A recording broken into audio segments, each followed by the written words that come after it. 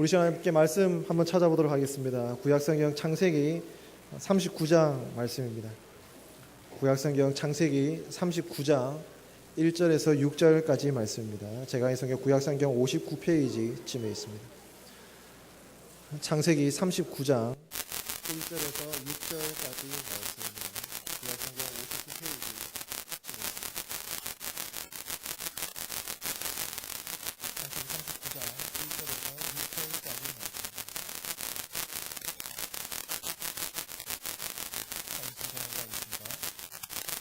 요셉이 끌려 애굽에 내려가매 바로의 신하 신무대장 애굽 사람 보디발이 그를 그리로 데려간 이스마엘 사람의 손에서 요셉을 살리라.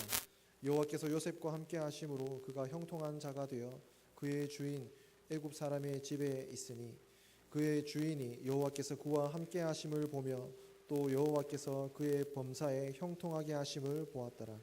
요셉이 그의 주인에게 은혜를 입어 섬기매 그가 요셉을 가정총무로 삼고 자기의 소유를 다 그의 손에 위탁하니 그가 요셉에게 자기의 집과 그의 모든 소유물을 주관하게 한 때부터 여호와께서 요셉을 위하여 그 애굽 사람의 집에 복을 내리심으로 여호와의 복이 그의 집과 밭에 있는 모든 소유에 미친지라.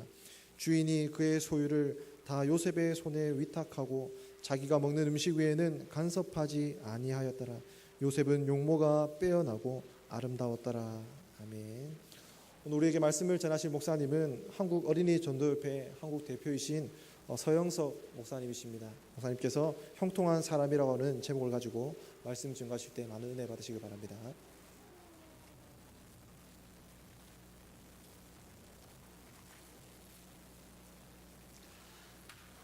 성경의 위대한 가치 가운데 하나는 그 성경 자체가 정직하다는 것입니다.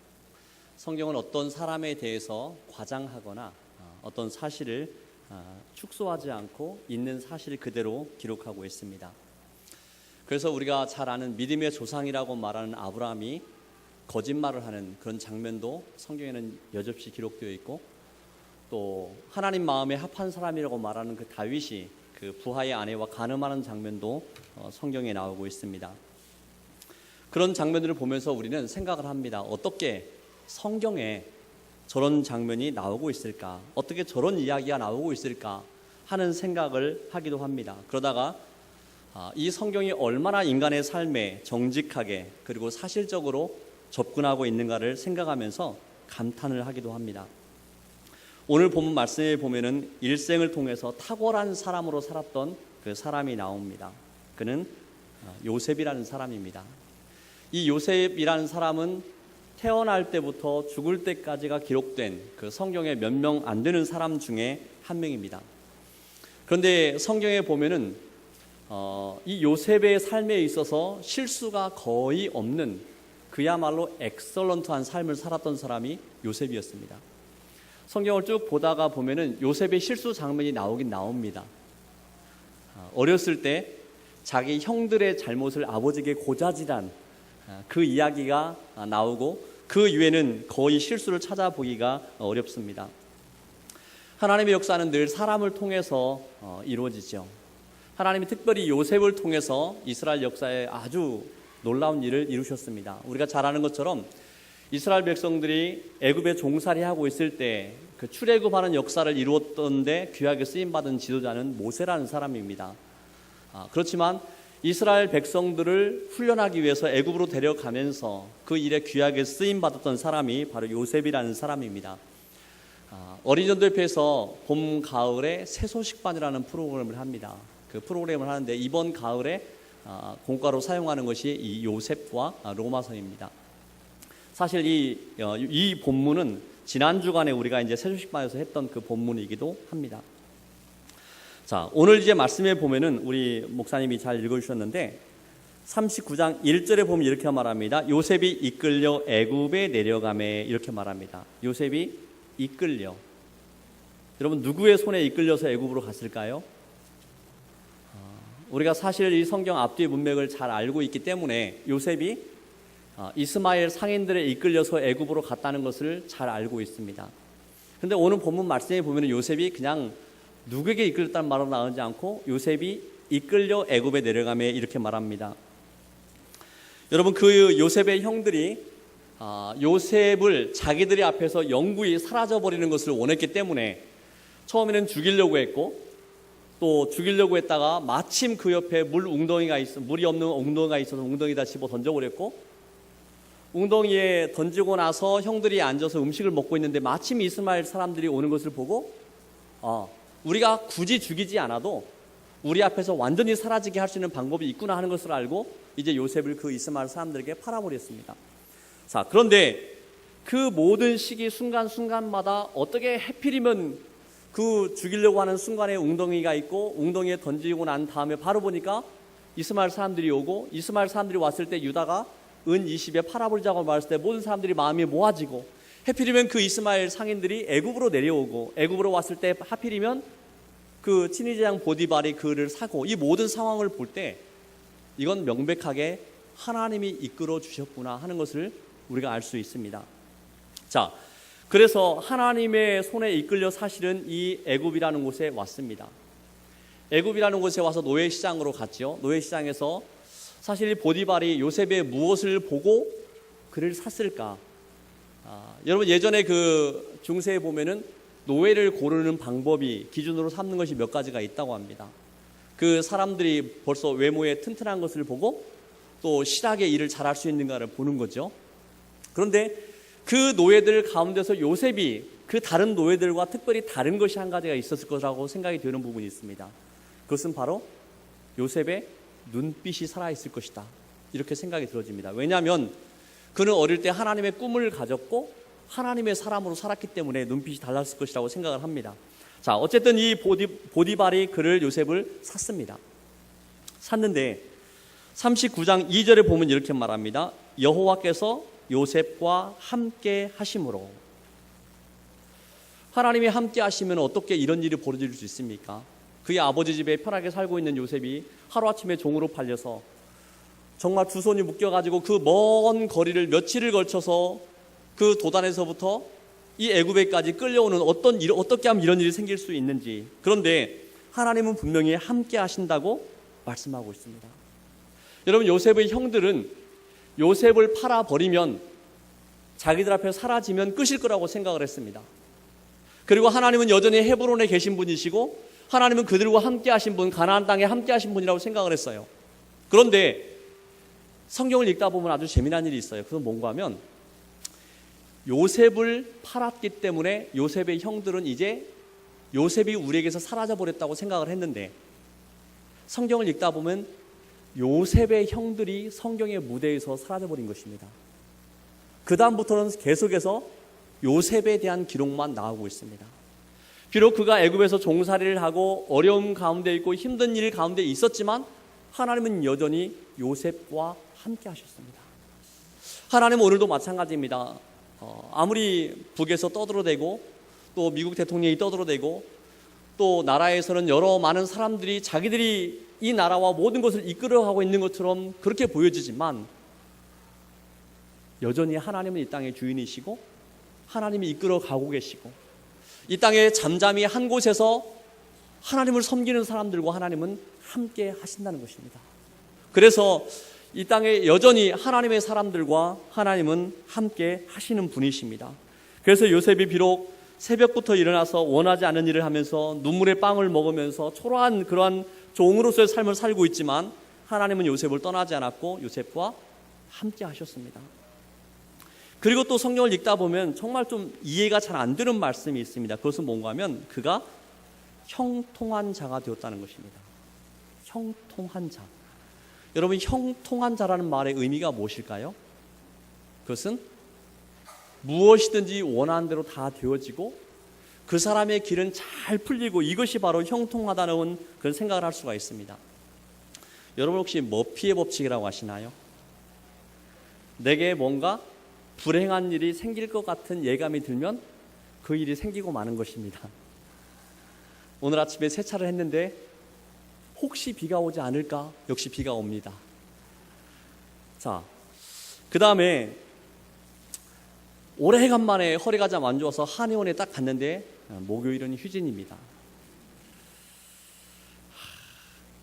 실비보험을 들었었는데 돈이 없어서 그나마 그걸 해약을 했는데 그 다음 주에 병원에 입원하게 됩니다. 오래간만에 마음 먹고 비싼 옷을 샀는데 그리고 그 다음날 가봤더니 다음날부터 세일하고 있습니다. 이런 일이 벌어지면 이게 아주 머피의 법칙이라 그러죠. 불행한 일들이 내가 혹시 하는 그 기후가 내게 계속 생겨나는 것입니다. 그 반대의 법칙이 있습니다. 그것은 셀리의 법칙이라고 하는데, 이것이 내게 생겼으면 좋겠다고 생각하는 것이 나에게 그대로 되어지는 것입니다.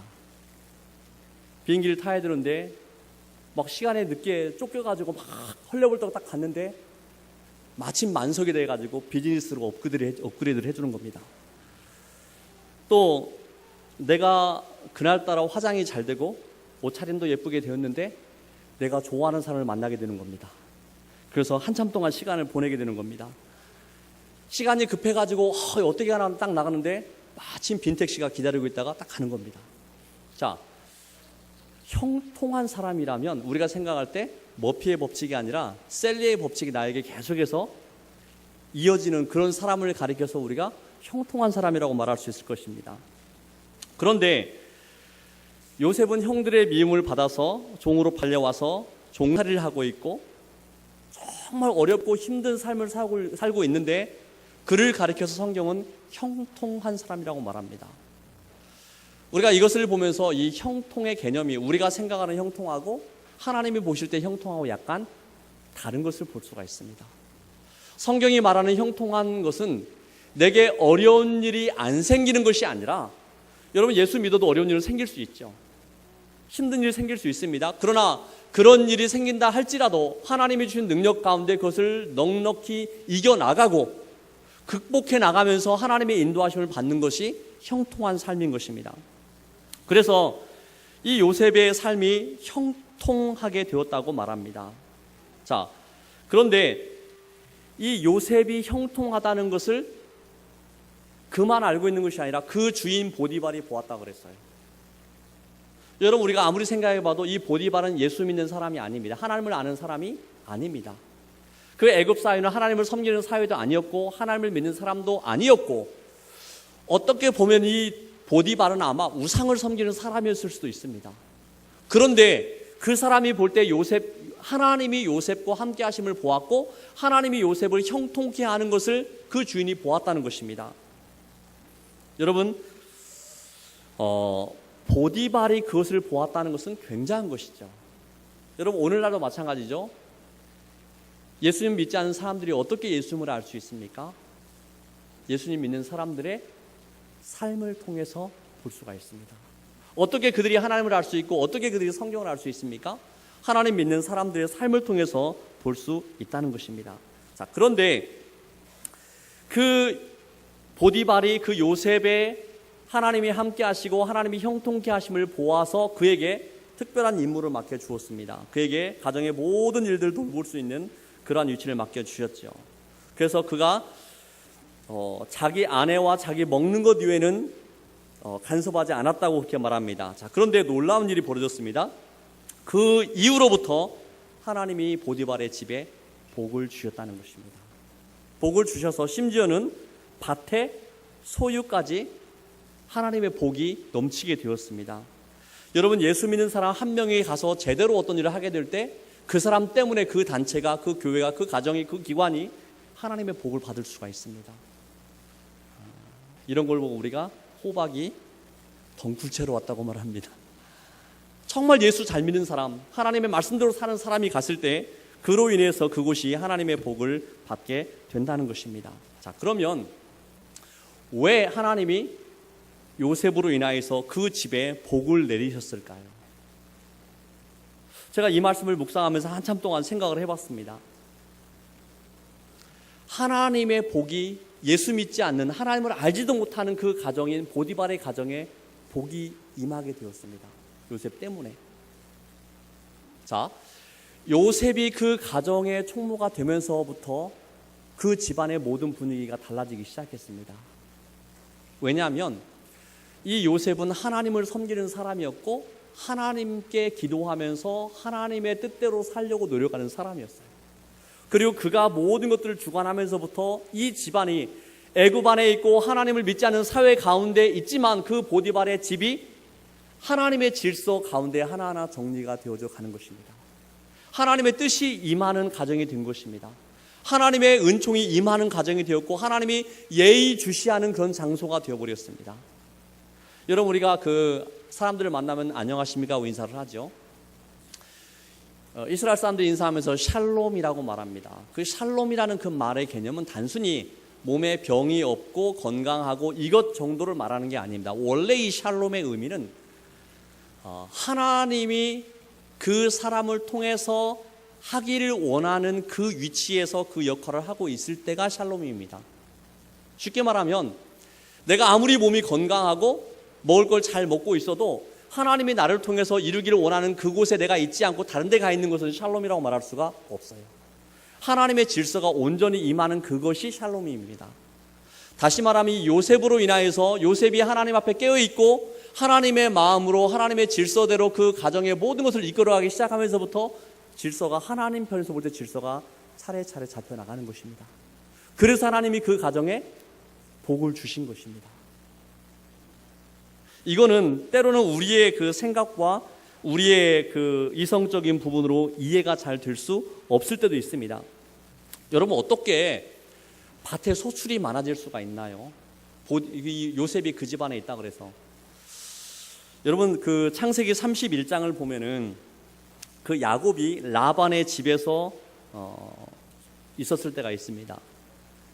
라반의 집에 있으면서 라헬을 사랑해서 라헬을 좋아했는데 첫날 밤을 딱 지내고 보니까 라헬이 아니라 레아였어요.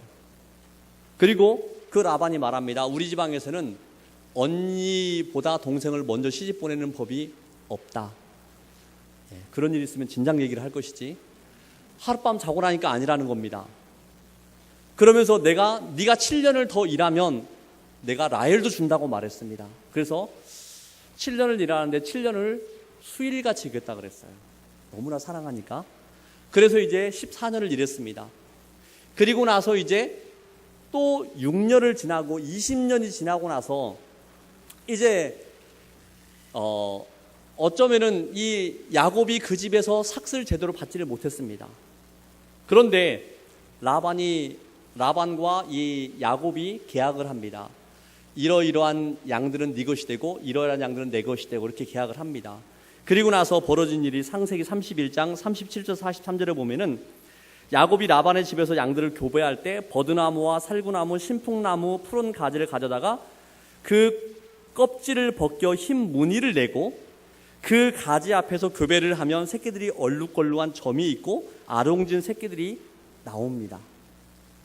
그런데 여러분, 이게 유전공학적으로 이해가 될 수 있는 일일까요? 어떻게 그 나무의 껍질이 벗겨진 그 앞에서 교배를 했다고 해서 새끼들이 점이 생기나요?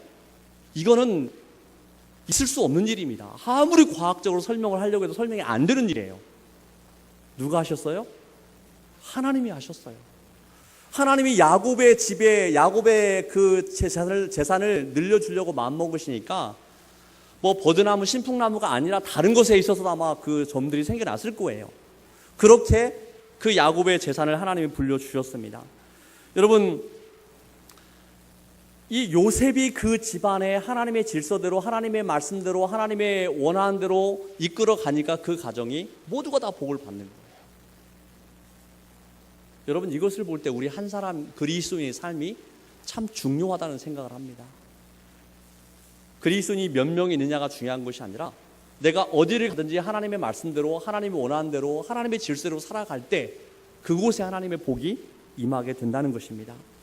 자, 그래서 우리가 가는 곳마다 복의 근원이 될 수가 있는 것입니다. 우리는 대충대충 살 수가 없는 사람들이죠. 예수 그리스도 그분의 피값으로 특별히 구원함을 받은 사람들이기 때문입니다. 자, 그런데 오늘 우리가 읽은 이 6절의 말씀에 보면은 이 뒷부분이 끝나는 부분이 뭔가 일어날 것 같은 그런 분위기로 끝납니다. 요셉은 용모가 빼어나고 아름다웠더라. 여러분, 사실 요셉이요 17살에 꿈을 꾸었고 지금 이 성경을 잘 나중에 역사가들이 분석을 해보면서 요셉이 종살이를 1, 2년 한 게 아닙니다. 10년 정도로 했어요. 요셉의 나이가 몇 살입니까? 27살 정도가 되었어요. 이 사람은 건장하고 아주 똑똑하고 지혜롭고 하나님이 함께하는 사람이었고, 거기다가 그뿐 아니라 용모도 어떻다 그랬어요? 빼어나고 아름다웠더라. 여러분, 성경에는 잘생겼다는 말은 별로 나오지 않습니다. 그냥 용모가 빼어나고 아름다웠더라. 이 사람은 잘생긴 거예요. 그러니까 젊고 건강하고 얼굴도 잘생겼고 하는 것들이 다 똑똑한 이런 사람이었어요. 보디발의 아내가 그를 유혹을 해왔습니다. 그랬을 때 요셉이 어떻게 이깁니까? 내가 어찌 하나님 앞에서 이 큰 죄를 지을 수 있습니까? 하나님 앞에서 그는 깨끗하게 살려고 했고 죄를 짓지 않으려고 노력을 했습니다. 자, 그러면 여러분, 요셉을 그동안에도 그를 종살이 한 것만으로도 억울한데, 그가 10년 동안 충성했고 최선을 다했고 하나님을 잘 믿으려고 했는데, 하나님이 다음에 그를 보낸 곳이 어디예요? 감옥이었습니다. 이 감옥 안에서 몇 년을 지냈느냐? 최소한 2년을 보냈습니다.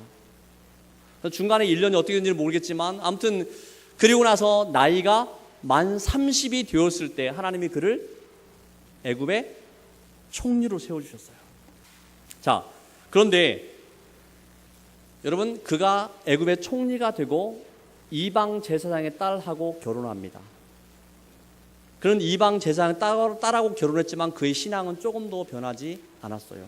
왜냐하면 그가 그 자녀들의 이름을, 첫째 아들은 므낫세라고 지었고 그 다음에는 에브라임이라고 이름을 지었습니다. 므낫세 이름의 뜻이 하나님이 나의 고난을 잊게 하셨다. 에브라임은 하나님이 나로 창성하게 하신다. 여러분, 그가 하나님을 믿는 그 믿음으로 이름을 지은 것을 볼 수가 있습니다. 자, 그의 믿음은 변하지 않았고, 그리고 마지막에 하나님이 이스라엘 백성들을 회복하실 것까지도 믿었고, 그는 나중에 유언을 하면서 뭐라고 유언합니까? 내 유고를 가나안 땅으로 가져가 달라고 그렇게 유언을 합니다. 쉽게 얘기하면 그가 애굽으로 내려와서 종살이하고 감옥에 갔고 총리가 되었고 애굽 문화에 살았지만 그는 마지막 죽을 때까지 그의 믿음이 변하지 않았습니다. 자, 그런데 한번 우리가 생각해 볼 필요가 있습니다. 그것은 뭔가 하면, 그러면 요셉이 어떻게 그가 그렇게 하나님 앞에서 그 일생 동안 멋있는 삶을 살 수가 있었을까요? 그가 그렇게 하나님의 사람을 살 수 있도록 그를 이끌어줬던 그 힘은 어디 있었을까요? 여러분, 보디발의 아내가 유혹에 올 때, 그때 당시의 애굽의 분위기로 보면은 보디발의 아내에게 한번 가서 하룻밤을 하는 것이 오히려 요셉의 입장에서는 정해도 그리웠고, 자기 어머니가 일찍 죽었어요. 자기 계모들은 하나같이 자기를 미워하는 사람들이었어요. 그리고 어머니의 정에 그리웠던 사람이고, 그 여자는 권력자의 아내였고, 어쩌면 그 여자와 한번 관계를 맺는 것이 더 편안한 삶일 수도 있어요. 그러나 요셉은 결코 거기에 넘어가지 않았어요. 왜? 하나님이 원하지 않았기 때문에. 그가 하나님을 믿는 믿음으로 일생을 살았습니다. 그 살 수 있었던 힘이 어디 있었을까? 그것은요, 그가 17살까지 배웠던 신앙 교육이 그에게 전부였습니다. 그때 이후에는 하나님의 말씀을 더 이상 배울 수 있는 시기가 없었어요. 누구도 하나님의 말씀을 가르쳐주는 사람도 없었고, 배울 수 있는 장소도 없었고, 또 함께 그것을 말씀을 누릴 수 있는 것도 없었어요. 그럼에도 불구하고 그는 일생, 그의 110세 죽을 때까지 하나님의 사람으로 그는 살 수가 있었어요. 그렇게 살 수 있었던 것은 그가 17살 때까지 배웠던 그 믿음이 전부였어요. 우리가 한번 여기서 이것을 가지고 한번 생각해 볼 필요가 있습니다. 그것은 뭔가 하면, 여러분, 우리가 우리 자녀들에게 어렸을 때 확실하게 믿음을 심어준다면, 그 아이들이 고등학교를 졸업하고 미국을 가든 아프리카를 가든 중동을 가든 어디를 가든 그가 하나님의 사람으로 살 수가 있다는 것입니다. 여러분, 그것을 우리가 그것을 확실히 아는 사람들이 있어요. 그 사람들이 공산주의자들이에요.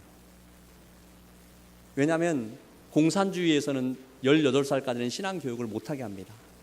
그리고 그 이후에 하라고 그래요. 왜? 그 사람들은 압니다.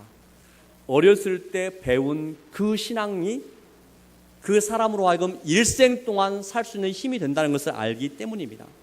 여러분, 우리가 그래서 저는 이 교회에서, 이 마산제일교회에서 어릴 때부터 고등학교를 졸업할 때까지 하나님의 사람으로 하나님의 말씀을 제대로 잘 배웠다면, 그리고 그것을 확실히 심어준다면 그 아이는 어디를 가든지 어떤 환경을 만나든지 어떤 어려운 일을 만나든지 그가 하나님의 사람으로 충분히 살아갈 수가 있다는 것입니다. 그 믿음과 그 소망이 있기 때문에 우리는 어린아이들에게 복음을 전합니다. 여러분, 그래서 이 나라의 소망은 어린아이들에게 복음을 전하는 것이고 그들이 하나님의 사람으로 살 수 있도록 도와주는 것입니다. 한 살이라도 어렸을 때 복음을 전해야 되죠. 저는 매일마다 기도하는 제목이 있습니다. 그것은 뭔가 하면, 하나님, 이 한국에 아직 15살 이전에 600만 명의 어린이가 있습니다. 하나님, 이 어린아이들이 초등학교를 졸업하기 전에 단 한 번이라도 예수 그리스도의 복음을 정확히 듣게 해주세요. 여러분, 어린 시절이 지나고 나면 복음을 접하기가 너무나 어렵습니다. 쉽게 되지 않아요. 하긴 요즘에는 어린아이들도 쉽지 않습니다. 어린아이들도 예전 같지 않아요. 설명을 다 듣고 나서 아저씨는 그거 믿을지 모르겠는데요, 저는 안 믿을래요. 그렇게 말하는 아이들이 있습니다. 여러분, 제가 맨 처음에, 우리 여러분들도 많이 알 겁니다. 이 글 없는 책으로 제가 복음을 전하는 방법을 배우고 나서 얼마나 제가 충격을 받았는지 모릅니다. 사실 제가 주일학교를 그때 이미 교육전도사로 한 2년 동안 일을 한 다음이었어요. 제가 교육전도사로 일하면서 초등학교 앞에 전도하러 참 많이 갔습니다. 많이 가서 그때는 이제 학교 갈 때마다 교회 주보하고 어린이 예배 주보하고 전도지를 가지고 가서 애들에게 나눠주기 시작했어요. 학교 앞에를 계속 가다 보니까 전교생의 다는 아니어도 대부분의 아이들이 내가 누군지를 알아요. 저 사람이 누구고 왜 나와 있고 잡히면 어떤 얘기하고 애들이 다 알아요. 그래가지고 먼 데서 딱 보고 사정거리 밖으로 샥 피해가는 애들도 있어요. 피해가도 상관없어요. 내가 애들 다 만날 수 있는 것도 아니고 그냥 만나는 애들 내가 전도하면 된다 생각을 했어요. 그러다가 어린전도표에 제가 그럼 제 훈련을 받았습니다. 훈련을 딱 받고 서울에 그 종로구 원남동 쪽이었는데 그쪽에 대학로 앞쪽에 한옥들이 있는 그런 마을이 있었습니다. 그 한옥이 있는 곳에 한 곳에 집을 헐고 새로 지으면서 공터가 있었어요. 거기에 그 방방이라고 아시나요? 덤블링이라고 이거 타는 게 있습니다. 음악을 틀어놓고 애들 뭐 100원 받고 뭐 30분 동안 태워주고 뭐 이런 게 있었어요. 제가 이제 거기 가서 그럼책으로 전도하려고 딱 나갔는데 어린전도표는 굉장히 신사적이라서 배우고 나면 꼭 실습을 시킵니다. 제가 실습하러 나가면서는 속으로 그랬어요. 야, 저거 들고 간다고 뭐 달라지나? 내가 애들 앞에 수십 번 나가봤는데 이런 교만한 생각이 있었어요. 그런데 딱 그 앞에 전도로 나가서 애들을 만나서 전도는 해야 되는데 저 방방 타러 온 애들에게는 못하겠고 타고 내려오는 애들 2명을 딱 붙들고 이제 전도하기 시작했습니다. 제가 그 아이를 전도하면서 깜짝 놀랐어요. 그 강사가 가르쳤던 그대로 애들이 대답을 하는 거예요. 애들이 그대로 대답을 하는구나. 제가 그걸 깜짝 놀랐어요. 그리고 아이가 거기서 진지하게 주님을 영접하겠다고 하는 거예요. 9살 난 아이고 11살 난 아이였는데 제가 그것을 보면서 엄청난 도전을 받았어요. 그리고 제가 이제 주일날 오후 예배 때 아이들에게 설교를 하면서 그럼책 내용을 가지고 설교를 했어요. 그리고 아들 점차 눈 감게 하고 오늘 이 시간에 우리 친구들 가운데서 내가 이전에 예수님을 구주로 모셔드린 적이 없지만 지금 그 예수님을 모셔드리기 원하는 친구가 있나요? 하고 손을 들어달라고 했어요. 제가 거기서 깜짝 놀랐어요. 왜? 우리 목사님 아들이 손을 들더라고요. 5학년짜리 아이가. 장로님의 2딸, 쌍둥이 딸이 3학년짜리 아이가 손을 들었어요. 제가 그걸 보면서 깜짝 놀랐어요. 저 아이가 교회는 오래 다녔지만 구원의 확신이 없었구나. 주님을 만난 적은 없구나. 그날 아이들에게 상담을 했어요. 그리고 나서 하나님께서 저에게 주시는 말씀은 제가 주일학교를 맡아서 그 교육전도사로 일하면서 속으로 생각했습니다. 이것은 내가 어른 목회하기 전에 잠깐 주일학교는 몇 년 거쳐가는 과정이라고 생각을 했어요. 그런데 하나님이 저에게 말씀해 주시는 건 그것이 아니었어요. 네가 몇 년 거쳐갈 과정이라고 생각을 했을지 모르지만 이 일은 네가 일생 동안 해도 끝이 없는 일이다 하는 그런 마음을 주셨어요. 제가 그다음부터 전도지를 가지고 나가거나 교회 주보를 가지고 나가지 않았어요. 그냥 길거리에서 만나는 아이들 한 명 한 명 붙들고 전도하기 시작했어요. 거기에서 아이들을 전도하면서 하나님께서 저의 마음속에 계속해서 말씀해 주신 것은 뭔가 하면 희어진 밭을 보았느냐. 저 아이들은 조금 시간이 지나서 어른이 되어서 언젠간 예수 믿을 수 있겠다고 생각했던 내 마음속에 그것이 아니라는 거예요. 이미 아이들은 죄를 짓고 있고 죄의 열매를 맺고 있고 지금 저 아이들은 주님을 만나야 된다는 거예요. 그래서 제가 그 다음부터 길거리에서 만나서 아이들을 전도하기 시작했고 교회 안이나 교회 밖에 복음을 드려야 될 아이들이 너무나 많이 있었어요. 그러다 제가 어느 날 갑자기 우리 교회 권사님에게 한번 물었습니다. 권사님은 지금 죽으면 천국 갈 수 있다고 생각하십니까?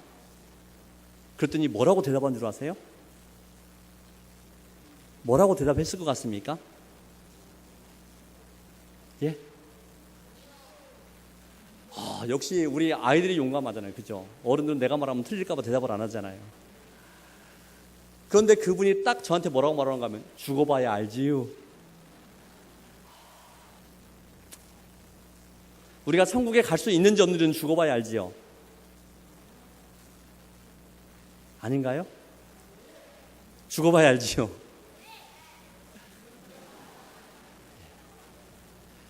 물론 정확한 것은 여기서 믿었다고 우리가 생각할 때 믿었다고 생각되는 사람도 아닐 수 있고 죽어봐야 알 수도 있습니다. 하지만 내가 예수 그리스도를 구주로 믿으면 내가 구원의 확신을 가질 수 있는 거잖아요. 그런데 그분들 가운데서 많은 분들이 구원의 확신이 없었어요. 그리고 그 가운데서 하나님께서 저에게 계속해서 이 어린이 전도의 중요한 것을 말씀해 주셨어요. 제가 그리고 나서 시간이 많이 지났습니다. 제가 어린이전도회 사역자로 들어와서 사역한 지 28년이 지났고 29년째 사역을 하고 있습니다. 그런데 하나님이 그 동안에 저에게 얼마나 많은 은혜를 주신지 몰라요. 어린이 전도회 사역자로서 어린이들에게 복음을 전하는 사람으로서 물론 제가 어디 가서 어린이전도회 사역자입니다 이렇게 말했을 때 나까지 애들 취급하는 그런 경우도 있었어요. 그렇지만 그것이 그렇게 서운하지 않았어요. 그것은 중요하지 않기 때문에 정말 어린아이들이 예수 그리스도를 구주로 믿을 수 있다는 것 그리고 어린아이들이 주님을 믿을 때 그 일생이 달라질 수 있다는 것이 얼마나 저에게 감동을 주었는지 희열을 주었는지 몰라요. 여러분 어른이나 어린아이나 똑같이 하나님 앞에서 한 영혼입니다. 그리고 어렸을 때 예수를 믿게 되면 그 일생이 달라질 수 있습니다. 여러분 시편 90편에 하나님의 사람 모세가 말했죠. 인생이 우리의 연수가 70이요 강건하면 80이라도 그 연수의 자랑은 수고와 슬픔뿐이요 신속히 가니 우리가 날아가나이다. 그렇게 말했습니다. 여러분 어떤 사람이 80년을 산다고 가정했을 때 65세 예수를 믿으면 주님을 위해서 살 수 있는 시간이 얼마큼 있습니까? 좀 어렵습니까? 15년이 있습니다. 반대로 15세 예수를 믿으면 주님을 위해서 섬길 수 있는 시간이 65년이라는 시간이 있습니다.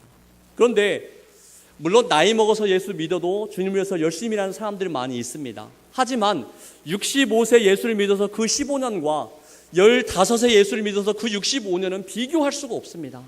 시간의 길이도 비교할 수 없지만 그 15살의 예수를 믿고 나면 하나님을 살 수 있는 일이 얼마나 많은지 모릅니다.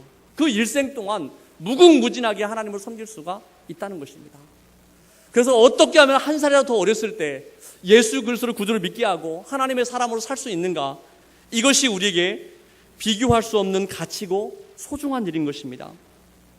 여러분 2014년 4월에 군대에서 상급자들의 폭행으로 사망한 윤일병 사건이라는 것이 있었습니다. 이 사회에 엄청난 충격을 주었습니다. 군에서 그 상급자들이 기절하면 물을 끼얹고 또 때리고 학대를 한 그런 사건이 있었습니다. 어떻게 사람으로서 그런 일을 할 수 있을까? 저는 앞으로 그보다 더한 일도 일어날 수 있다고 생각을 합니다. 왜냐하면 여러분 지금 우리 아이들이 하는 그 게임을 보면은요, 그 게임이 대충 사람이 몇 대 맞아가지고 쓰러지는 정도로는 만족이 안 됩니다. 그런 게임은 재미가 없어요. 아이들이 하질 않아요. 정말 심한 게임은요, 때려가지고 자국이 나도 피가 터져 나오고 그런 일들이 수도 없이 일어나는 게임입니다. 그런 일들을 수도 없이 경험한 그 아이들이 비슷한 상황이 되면 그보다 더한 폭행도 할 수가 있는 것입니다. 점점 우리가 아이들을 전도하는 환경은 점점 어려워집니다. 여러분 정말 요즘에 보면은요, 제가 여름에 그 3.1 클럽 전도하는 현장을 같이 가본 적이 있습니다. 전도를 하는데, 여러분 여름에 7월 둘째 주나 8월 초 이 더운 여름철에요, 전도하려고 선생님들 5명이 2시간 동안을 다녀도 만나는 아이들이 30명밖에 없습니다. 아이들이 밖에 나오질 않아요. 그리고 전도하기가 어려워요. 그런데 놀라운 것은 그럼에도 불구하고 전도하러 나가야 한다는 것입니다. 요즘에 어떤 교회를 가든지요, 부모가 안 나오는데 어린이들만 나오는 그런 어린이들이 별로 없습니다. 거의 없어요. 그리고 교회에서도 그렇게 안 나오는 아이들 전도하러 다니는 것을 그렇게 많이 신경 쓰지 않는 데가 많습니다. 그러나 복음을 전해야 되죠. 나가야 되죠. 전도를 해야 됩니다. 지금도 나가야 됩니다. 예전에 10명 만났고 지금은 2명 만난다 하더라도 나가야 되는 거죠. 그래서 복음을 전해야만 그 아이들이 복음을 들을 수 있고 그 아이들이 하나님의 말씀대로 살아날 수가 있고 자라날 수가 있는 것이죠. 그래서 여러분, 오늘 주위에는 우리 주위에는 20%의 어린이들이 있습니다. 그러나 내일 우리들의 미래는 100% 그들에게 달려 있습니다. 오늘 자라는 어린 아이들이 어릴 때 예수 그리스도를 구주로 영접하고 하나님의 말씀을 가르쳐서 그들이 하나님의 사람으로 살아갈 수 있도록 도와주는 그 일을 우리가 해야만 이 나라에는 소망이 있는 것입니다. 그래서 이 귀한 사역을 어린전도회가 올해 60주년이 됐어요. 지난 8월에 저희가 이제 천안의 백석대에서 60주년 행사를 했습니다. 그런데 하나님이 그 행사를 하면서 참 많은 은혜를 주셨고, 또 다시 한번 저는 그 행사를 처음부터 계획하고 준비를 하면서 제 마음속에는 딱 2가지였습니다. 하나님, 60년 동안 이 땅에서 사역을 할 수 있도록 인도해 주신 분이 하나님이십니다. 하나님의 이름이 존귀되기를 원합니다. 하나님이 영광 받으신 행사가 되기를 원합니다. 하나님, 그리고 또 한 가지 바라는 것은 하나님, 우리가 지금까지 어려운 환경 속에서 전도하고 계속 복음을 전한 이 사역이 하나님이 기뻐하는 것임을 다시 한번 우리에게 알려주시고 다시 한번 그 열정을 가지고 나가서 복음 전하기를 원합니다. 하나님이 그 행사를 통해서 정말 많은 은혜를 주셨습니다. 그런데 이 사역을 이렇게 해오면서 저는 개인적으로 정말 감사한 것들이 많습니다. 그것은 이 사역을 할 수 있도록 함께 도와주신 분들입니다. 저의 주위에도 지금까지 정말 저의 사역을 위해서 기도해 주셨고 도와준 분들이 많았고, 함께 전도에 힘을 모았던 전도자들이 많았고, 또 무엇보다도 또 이 사역을 위해서 함께 동참해 준 그 교회들이 있습니다. 특별히 제가 또 우리 목사님과 김영식 목사님과 얘기를 나누면서 이 마산 제일교회가 오랜 동안 목사님이 이 땅에 여기서 전도를 시작하고 얼마 지나지 않았을 때부터 그 30년 그 이상의 그 시간 동안에 계속해서 또 우리 목사님과 또 장로님들 또 성도들이 함께 기도하고 또 최선을 다해서 도와주시고 함께 해주신 그 사랑이 어쩌면 그 힘이 이 사역을 지금까지 할 수 있도록 이끌어 주셨다는 생각이 듭니다. 그래서 우리 목사님과 우리 교회에 정말 감사한 말씀을 드리기 원합니다. 왜냐하면 여러분들이 함께하는 기도가 있었기 때문에 이 사역은 가능한 일이었습니다. 여러분, 그 어린이 전도협회는 철저하게 본부에서 이 창원지회에 지원이 전혀 없습니다. 우리도 국제본부로서 후원이 전혀 없습니다. 그 지역에서 지역의 성도들과 또 교회 후원을 받아서 그 지회가 운영이 됩니다. 그래서 항상 어린이전도회는 어쩌면 그 재정적으로도 늘 어려운 가운데서 사역을 해왔어요. 하나님이 어떤 일을 할 때 좀 많이 주시면 좋은데 항상 할 때마다 많이 주시질 않더라고요. 그래서 그게 이제 저 개인적으로 늘 감사한 마음이 있습니다. 왜 많이 주면 교만해지고 안일해지고 그럴까 봐 하나님이 우리를 사랑하셔서 그만큼 주시는구나, 이런 생각이 들어집니다. 어쨌든 이곳에서 우리 김영식 목사님과 우리 공복승 간사님 또 박미선 부장님 또 이 교회를 섬기면서 또 이 지역에 좋은 영향을 미치면서 지금까지 사역할 수 있도록, 전국에 53개 지회가 있지만 그 중에서 정말 귀한 우리 사역자들의 헌신을 대부분의 지회들이 다 압니다. 사역자들이 압니다. 정말 귀하게 헌신해 오셨죠. 그리고 그 일을 잘 할 수 있도록 우리 교회가 또 마음껏 기도해 주셨고 또 도와주셨습니다. 그래서 그 일을 계속해서 감당할 수가 있었던 것입니다.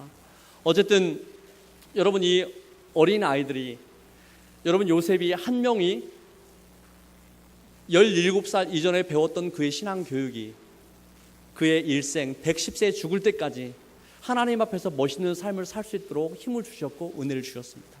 그 한 사람 때문에 보디발의 가정이 복을 받았고, 애굽이란 나라가 복을 받았고, 그리고 이스라엘 사람들이 애굽으로 이주해 와서도 평안히 거할 수 있었고, 그리고 그 땅에서 큰 민족으로 장성해 나갈 수 있는 토대가 되었던 것을 볼 수가 있습니다.